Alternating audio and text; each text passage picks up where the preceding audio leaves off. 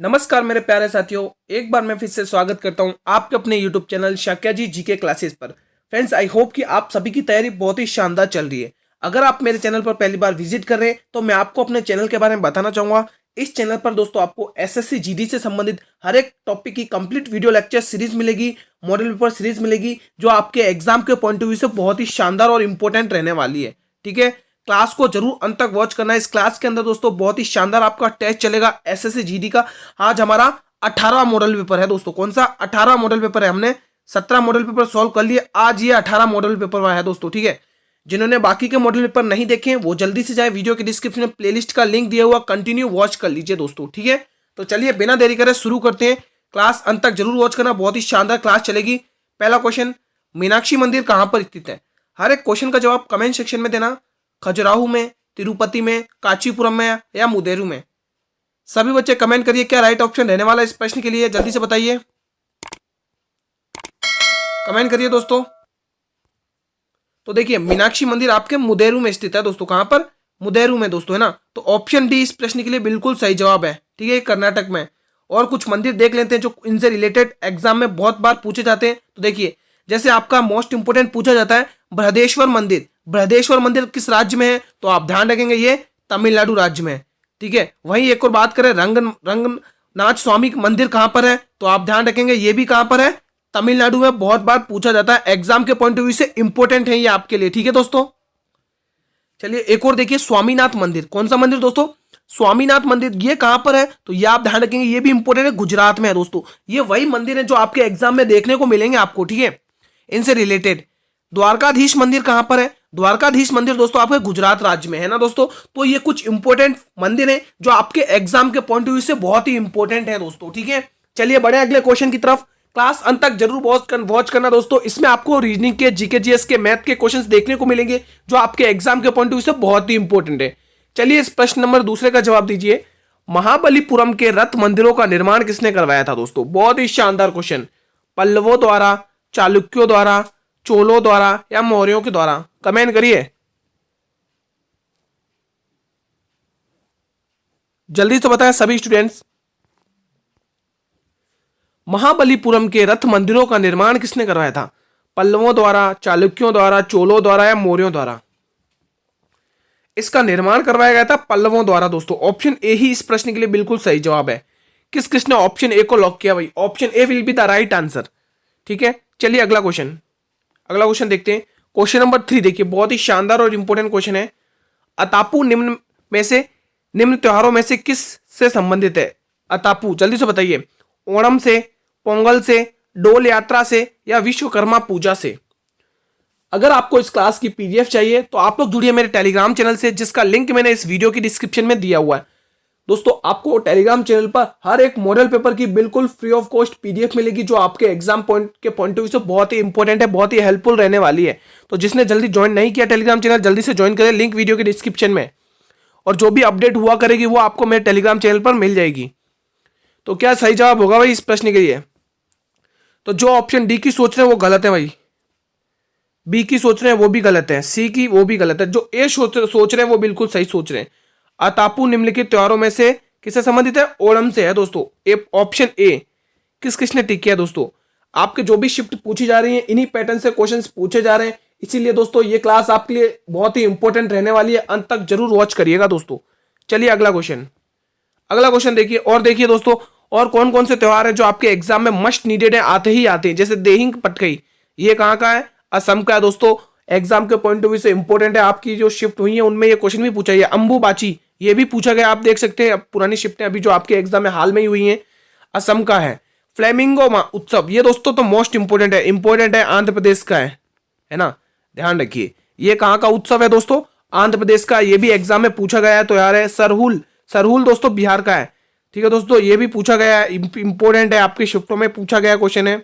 और ये जो पटकई वाला है ना, ये देहिंग पटकई, ये भी पूछा गया क्वेश्चन है। अंबुबाची भी पूछा गया, सभी के सभी इंपॉर्टेंट क्वेश्चन है। बिहुला, ये बिहुला त्योहार भी पूछा गया, ये आपके बिहार में, ये भी इंपॉर्टेंट है आपके लिए। ठीक है, अंगूर महोत्सव, ये नहीं पूछा, इसकी संभावना हो सकती है। अंगूर महोत्सव किस राज्य का है भाई? ये आपके गोवा राज्य का है।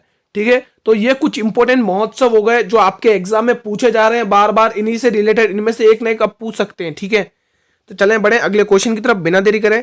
चलिए अगला क्वेश्चन देख लेते हैं। हमारा अगला क्वेश्चन 4 है, बहुत ही शानदार क्वेश्चन है और ये दोस्तों इसी पैटर्न से आपको क्वेश्चंस पूछे जा रहे हैं, ध्यान से समझिएगा और ध्यान से करिएगा। पहले जब भी मैथ के क्वेश्चन आते हैं सबसे पहले उसको ध्यान से पढ़ने का है। देखो क्या बोल रहा है क्वेश्चन, सीता और उनकी माता की आयु का अनुपात दे रखा है 7:11 और उनकी आयु के बीच का अंतर दे रखा है 24 वर्ष। कितना अंतर दे रखा है भाई? 24 वर्ष। 10 साल पहले उनकी आयु का अनुपात क्या था? 4:7, 3:5, 2:7 या 2:3? कमेंट करिए। बहुत ही शानदार और इंपॉर्टेंट क्वेश्चन है ये। कैसे करेंगे सॉल्व जल्दी से बताएं, जिनको आता है वो कमेंट सेक्शन में जवाब दें सभी बच्चे। क्लास का टाइम आपके 8 PM ही रहेगा डेली दोस्तों, ठीक है। तो कैसे करेंगे इस क्वेश्चन को, देखिए ध्यान से समझिएगा। यहां पे लिख देते हैं सीता और यहां पर उसकी माता लिख देते हैं, ठीक है। सीता का अनुपात 7 है और उसकी माता का अनुपात 11 है, ठीक है। समझने की कोशिश करिए। अब वो क्या बोला हमने यहां लिख दिया, अब आगे पढ़िए। और उनकी आयु के बीच का अंतर दे रखा है दोस्तों, उनके बीच का अंतर दे रखा है। यहां पर अंतर कितने का आ रहा है?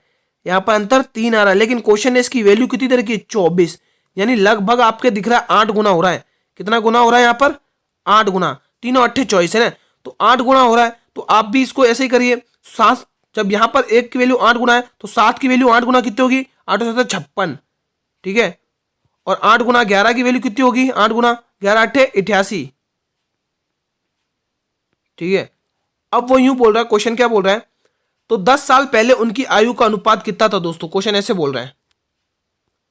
सॉरी दोस्तों एक मिस्टेक कर दी मैंने यहां पर है ना अंतर 4 का दिख रहा है, माय मिस्टेक। एक मिनट, इसको हम थोड़े से अच्छे से रफली कर देते हैं, ठीक है। हाँ, यहां का अंतर दोस्तों 4 दिख रहा है, ठीक है। और 4 की वैल्यू क्वेश्चन ने 24 दे रखी है, तो यहां पर लगभग 6 गुना हो रहा है। तो यहां पर भी 6 गुना करिए, 7 छंग 24 हो जाएगा यहां पर, और 11 चौके 44 हो जाएगा, ठीक है।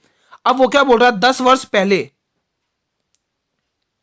7 छंग 42 होगा, 7 छंग 42 और 11 छंग 66, ठीक है। अब वो क्या बोल रहा है, 10 वर्ष पहले, 10 वर्ष पहले की बात कर रहा है, तो इसमें से 10 वर्ष माइनस करिए, पहले पहले की बात कर रहा है इसलिए माइनस करेंगे। यहां पर आ जाएगा 32 और यहां पर माइनस करिए 56, ठीक है।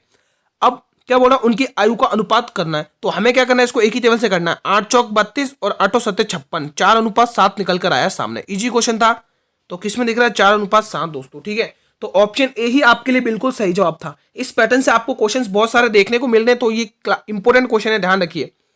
अगला क्वेश्चन रीजनिंग का, ये क्वेश्चन आज का क्वेश्चन ऑफ द डे है भाई। इसको सॉल्व करके देखें कौन बच्चा एक झटके में इसका जवाब देता है। ये क्वेश्चन बहुत ही इंपॉर्टेंट है रीजनिंग का। गो को 57, शी को 81, तो ए एम को क्या लिखेंगे? अब बताइए कौन जवाब देगा इस प्रश्न का। ये 4 ऑप्शन आपके सामने है, बहुत ही इंपॉर्टेंट क्वेश्चन है, जल्दी से जवाब दीजिए।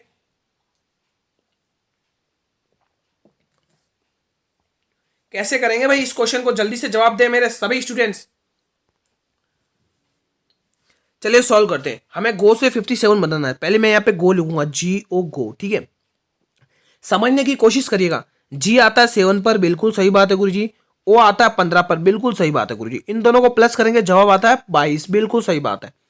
अब देखिए यहां पर तो 22 है, लेकिन यहां पे 54, बात नहीं बनी। चलिए, जी का अपोजिट क्या होता है? टी होता है। जी का अपोजिट टी होता है, और टी कितने पर आता है? 20 पर आता है, बिल्कुल सही बात गुरुजी। ओ का जस्ट अपोजिट क्या होता है? एल होता है, और एल कितने पर आता है? 12 पर आता है, बिल्कुल सही बात है गुरुजी। इनको प्लस करिए तो 32 यहां पर हो जाएगा। अब इन चारों को प्लस कर, इन दोनों को प्लस करिए, 2 2 और 2 4 और 3 और 2 5, 54 बन गया। बना कि नहीं बना 54? तो उसी तरह से अब हमको ए एम के साथ बनाना। चलिए नेक्स्ट पेज पर हम ए एम के साथ बना लेते हैं। यहां पर लिखते हैं हम ए और यहां पर लिखते हैं हम एम, ठीक है। अब आपको पता है ए आता है 1 नंबर पर, एम आता है आपके 13 नंबर पर, ठीक है। अब इन दोनों को प्लस करेंगे तो जवाब आएगा 14, बिल्कुल सही बात है। ए का जस्ट अपोजिट जेड होता है, और जेड कितने पर आता है? 26 पर आता है, बिल्कुल सही बात है। एम का अपोजिट क्या होता है? एम का अपोजिट होता है एन, और एन कितने पर आता है? 14 पर आता है। इनको प्लस करिए तो कितना आएगा? 40 आएगा। इन दोनों को प्लस करिए, 4 और 5, आंसर क्या आया भाई? 54। तो किस ऑप्शन में 54 दिख रहा है? तो 54 किस ऑप्शन में दिख रहा है भाई? 54 ये वाले बी ऑप्शन में, ठीक है। तो बहुत ही शानदार क्वेश्चन था कि नहीं था दोस्तों? चमका दिमाग में कुछ ना कुछ। इस प्रकार से ये क्वेश्चन सॉल्व होगा दोस्तों, ठीक है। अगर क्वेश्चन एग्जाम में आए तो कर देना, ठीक है। चलिए अगला क्वेश्चन, अगला क्वेश्चन ये रहा, क्वेश्चन नंबर 6। एतमाद उद दौला का मकबरा कहां पर स्थित है? फतेहपुर सीकरी, शाहजहानाबाद, औरंगाबाद या फिर आगरा?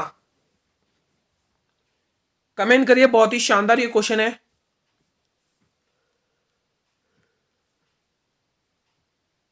क्या राइट ऑप्शन होगा? एतमाद उद्दौला का मकबरा दोस्तों आपके आगरा में है दोस्तों। कहां पर है ये? आगरा में है। ऑप्शन डी ही इस प्रश्न के लिए बिल्कुल सही जवाब जाएगा भाई। किस किसने ऑप्शन डी को टिक किया है? चलिए अगले क्वेश्चन की तरफ बढ़ते हैं। अगला क्वेश्चन क्या बोल रहा है? क्वेश्चन नंबर 7 देखिए। निम्न में से कौन सा लेख शिक्षा के अधिकारों से संबंधित है? अनुच्छेद 21A, अनुच्छेद 29, अनुच्छेद 32, अनुच्छेद 226? क्या राइट ऑप्शन होगा? जल्दी से जवाब दीजिए इस प्रश्न के लिए सभी स्टूडेंट्स, जल्दी से बताएं।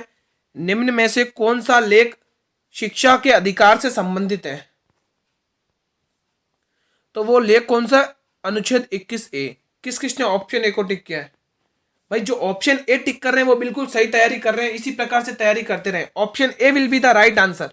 ठीक है, चलिए अगला क्वेश्चन नंबर 8 देखिए। उस द्वीप का नाम क्या है जो भारत और श्रीलंका के बीच में स्थित है? माजुली, कच्चा थीवू, चोराव या फिर मुनरो?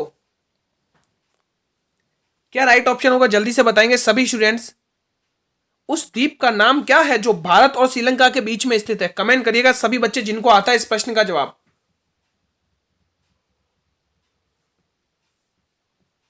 उस द्वीप को कहते हैं कच्चा थीवू। क्या कहते हैं दोस्तों? ये भारत प्लस श्रीलंका के बीच में स्थित है। भारत और श्रीलंका के बीच में है। ठीक है दोस्तों, क्लास अच्छी लग रही है तो क्लास को करें लाइक और अपने सभी मित्रों में इस क्लास को शेयर करें दोस्तों। चलिए अगला क्वेश्चन। इस क्वेश्चन का जवाब दीजिए।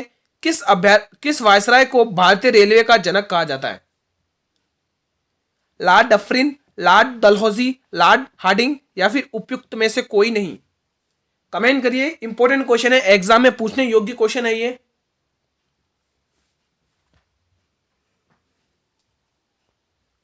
क्या जवाब होगा भाई? इसका जवाब सही बताइए सभी बच्चे, बताएं। इस क्लास की पीडीएफ आपको मेरे टेलीग्राम चैनल पर मिलेगी। जिसने टेलीग्राम चैनल ज्वाइन नहीं किया, वीडियो के डिस्क्रिप्शन में लिंक दिया हुआ है। तो देखिए वो वायसराय कौन था? वो वायसराय था लॉर्ड डलहौजी था दोस्तों। डलहौजी के समय भारत में 1853 में रेल चली थी दोस्तों। ठीक है, तो इसीलिए उनको डलहौजी को क्या कहा जाता है? भारतीय रेलवे का जनक कहा जाता है। चलिए अगला क्वेश्चन नंबर 10 देखिए। बहुत ही शानदार क्वेश्चन आया है इस बार। 16 और 24 का तीसरा समानुपात ज्ञात करना है। यानी कि आपको थर्ड प्रोपोर्शनल ज्ञात करना है दोस्तों, है ना। फोर्थ प्रोपोर्शनल नहीं बोला है, खाली थर्ड प्रोपोर्शनल ज्ञात करना है। कमेंट करिए। 28, 26, 34, 36? क्या राइट ऑप्शन होगा? जल्दी से बताएं सभी स्टूडेंट्स।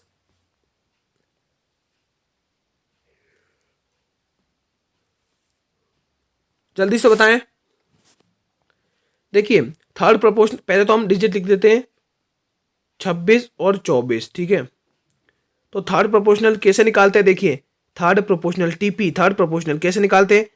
यानी कि बी का स्क्वायर अपॉन ए होता है mean proportional, under root a b होता है ना मीन प्रोपोर्शनल। लेकिन थर्ड प्रोपोर्शनल क्या होता है? बी का स्क्वायर और ए। ठीक है, तो ए आपके ये 16 है और बी आपके 24 है, तो लगा दीजिए, वैल्यू पुट कर दीजिए, इजी से सॉल्व हो जाएगा। तो बी का स्क्वायर यानी कि 24 मल्टीप्लाई 24। कोई दिक्कत हो तो बोलो, नहीं? चलिए, और ए नीचे, ए की वैल्यू कितनी है? 16, नीचे लिखिए 16। ए की टेबल से टर्मिनेट करिए तो देखिए 8 दूनी 16, 8 तिया 24। कोई दिक्कत हो बोलो? 2 एकम 2 और 12 बार ये जाएगा, 12 तिया 36। जवाब निकल कर क्या आया? 36। किस ऑप्शन में? डी ऑप्शन में। ठीक है, तो इस प्रकार से आपको इस क्वेश्चन को सॉल्व करना है दोस्तों। ठीक है, इजी क्वेश्चन था, आई थिंक सभी बच्चों ने कर लिया होगा। चलिए अगला क्वेश्चन। हमारा अगला क्वेश्चन क्या बोल रहा है? लखनऊ से 1857 के विद्रोह का नेता कौन है? बहुत ही शानदार क्वेश्चन है। तात्या टोपे, रानी लक्ष्मीबाई, नाना साहेब या बेगम हजरत महल? कमेंट करिए दोस्तों सभी बच्चे, जल्दी से बताइए क्या जवाब आएगा भाई। बहुत ही इजी क्वेश्चन है, एग्जाम में पूछने योग्य है। ये कितनी बार पूछा गया? बेगम हजरत महल, हर बार बेगम हजरत महल। Option D. किस किसने ऑप्शन डी को लॉक किया भाई? Option D will be the right answer. चलिए अगले क्वेश्चन की तरफ बढ़ते हैं। हमारा अगला क्वेश्चन क्या है?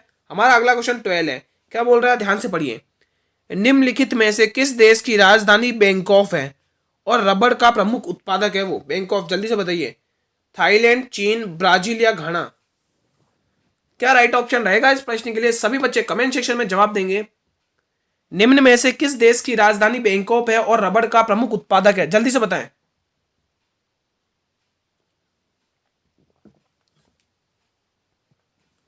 इसके लिए आप लोग टिक करेंगे ऑप्शन नंबर ए, थाईलैंड है भाई। कौन है भाई? थाईलैंड है दोस्तों।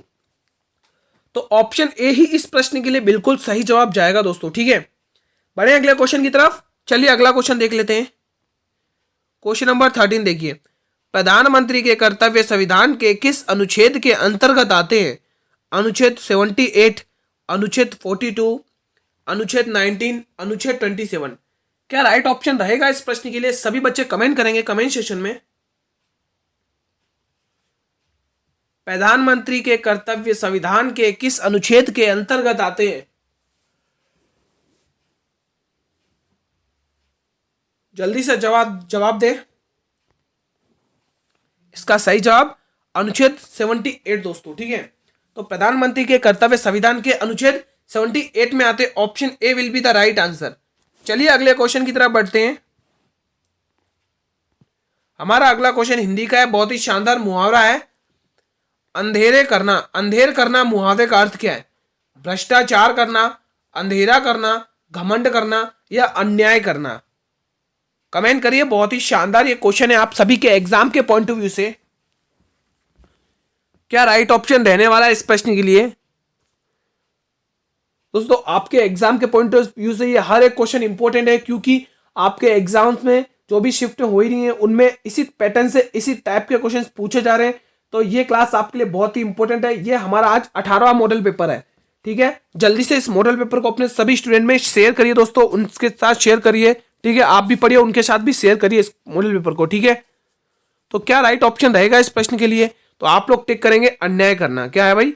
अंधेर करना का मतलब क्या होता है? अन्याय करना। Option D will be the right answer, ठीक है। बढ़े अगले क्वेश्चन की तरफ। चलिए अगला क्वेश्चन, क्वेश्चन नंबर 15 देखिए, बहुत ही शानदार। एक बार फिर से प्रसिद्ध पुस्तक, वो पुस्तक कौन सी है? ध्यान से पढ़िए। The golden of smile, the golden of small thing, the golden of small thing के लेखक कौन है? बहुत ही शानदार पुस्तक है भाई, इंपॉर्टेंट है। अनीता देसाई, जेवियर मोरो, चित्र सुब्रमण्यम, अरुंधति रॉय? बहुत ही इंपॉर्टेंट है, जल्दी से जवाब दे, एग्जाम में पूछी गई है ये। क्या राइट ऑप्शन रहेगा इस प्रश्न के लिए? प्रसिद्ध पुस्तक the golden of small thing, इसके रचयिता है भाई अरुंधति रॉय दोस्तों। कौन है भाई इसके लेखक? अरुंधति रॉय दोस्तों। ऑप्शन डी इस प्रश्न के लिए बिल्कुल सही जवाब है। किस किस स्टूडेंट ने ऑप्शन डी को लॉक किया एक झटके में? बढ़े अगले क्वेश्चन की तरफ। चलिए अगला क्वेश्चन, क्वेश्चन 16 क्या बोल रहा है देखिए। मानस बाग अभ्यारण्य कहां पर है? राजस्थान में, आसाम में, मध्य प्रदेश में या उत्तर प्रदेश में? कमेंट करिए, बहुत ही शानदार और इंपॉर्टेंट क्वेश्चन है। मानस बाग अभ्यारण्य आपके आसाम में है दोस्तों। Option B will be the right answer. किस किसने ऑप्शन बी को टिक किया है? तो ऑप्शन बी आपके लिए बिल्कुल सही जवाब हो जाएगा। चलिए अगले क्वेश्चन की तरफ बढ़ते हैं। हमारा अगला क्वेश्चन 17वां दोस्तों, मोस्ट इंपोर्टेंट है, इंपोर्टेंट कर लें, ठीक है। तो दूसरा गोलमेज सम्मेलन कब हुआ था? 1915 में, 1920 में, 1928 में, 1931 में? दोस्तों 1928 की डेट कुछ याद आ रही है? साइमन कमीशन की डेट याद आ रही है कि 1928 में साइमन कमीशन इंट्रोड्यूस हुआ था इंग्लैंड में, लेकिन 29 में भारत में आया था, है ना। तो भारत में आया था तो फिर यहाँ पर लाला लाजपत राय ने एक नारा दिया था साइमन को, गो बैक साइमन। इसी वजह से लाला लाजपत राय के ऊपर लाठी चार्ज की गई थी, है ना। तो साइमन कमीशन वाली डेट है, ध्यान रखिए। गोलमेज सम्मेलन कब हुआ था भाई? जल्दी से बताएं। 1931 में हुआ था, 1931 में। तो आपके लिए डी ऑप्शन बिल्कुल सही जवाब है। किस किसने ऑप्शन डी को लॉक किया है? जो भी स्टूडेंट्स ऑप्शन डी को लॉक करें बिल्कुल सही तैयारी कर रहे हैं। इसी प्रकार से अपनी तैयारी को कंटिन्यू रखिए, आपके एग्जाम के पॉइंट ऑफ व्यू से इंपॉर्टेंट है हर एक क्वेश्चन, ठीक है। चलिए अगला क्वेश्चन, हमारा अगला क्वेश्चन 18 है भाई। अंग महाजनपद की राजधानी कहां थी? वैशाली में, कौशाम्बी में, श्रावस्ती में या चंपा में? क्या राइट ऑप्शन होगा? अंग महाजनपद की राजधानी कहां पर थी? वैशाली, कौशाम्बी, श्रावस्ती या चंपा? इसका सही जवाब हो जाएगा चंपा दोस्तों। Option D will be the right answer. Option D will be the right answer of this question. ठीक है, तो आप लोग डी ऑप्शन को टिक करेंगे। जो भी मेरे स्टूडेंट ऑप्शन डी को टिक करें वो अपनी तैयारी बहुत ही शानदार लेवल पर कर रहे हैं दोस्तों। ठीक है, तो जिन्होंने अभी तक ए ऑप्शन टिक किया गलत है भाई, बी वाले भी गलत है, सी वाले भी गलत है, डी इसका सही जवाब होगा इस प्रश्न का। अगला बहुत ही शानदार क्वेश्चन आया हुआ मैथ्स का। ये क्वेश्चन दोस्तों आपके कल के एग्जाम में पूछा गया था। बताइए इस क्वेश्चन में क्या है, इतना इजी क्वेश्चन, वो भी कल के एग्जाम में, कल की शिफ्ट में पूछा गया था ये क्वेश्चन।